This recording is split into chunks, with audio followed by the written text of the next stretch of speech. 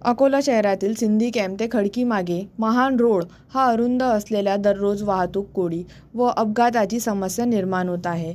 या मार्गावर जड वाहने मोठ्या प्रमाणात वाहतूक होत असून रात्रीच्या जड वाहनी बंदीचेही प्रभाव अंमलबजावणी होत नसलेला आरोप नागरिकांनी केला आहे। या रस्त्याच्या चौपदरी करण्यासाठी सार्वजनिक बांधकाम विभागाने अनेक वर्षापासून प्रस्ताव तयार केला आहे, मात्र रस्त्यालगत असलेल्या पाणीपुरवठा पाईपलाईनमुळे खोदकाम करताना शहराचा पाणीपुरवठा बाधित होण्याची शक्यता असलेला प्रस्ताव प्रलंबित असल्याचे सांगण्यात येते। प्रस्ताव विविध विभागाने प्रलंबित राहत असलेल्या प्रशासनाच्या कार्यप्रणालीवर प्रश्नचिन्ह निर्माण झाला आहे।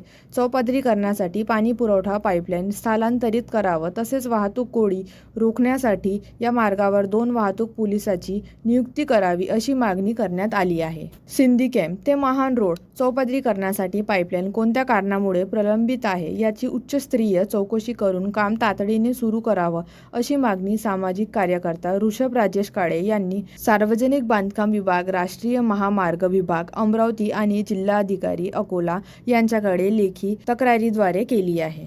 सचिन रामभाऊ लहाळे खडकी येथील रहिवासी असून गेल्या 30 ते 35 वर्षापासून मी या भागामध्ये राहत असून या रोडवर रोज कुठला ना कुठला प्रकारचा अपघात हा घडत असतो आणि या अपघाताला जर कारण असेल तर ते आहे जड वाहन।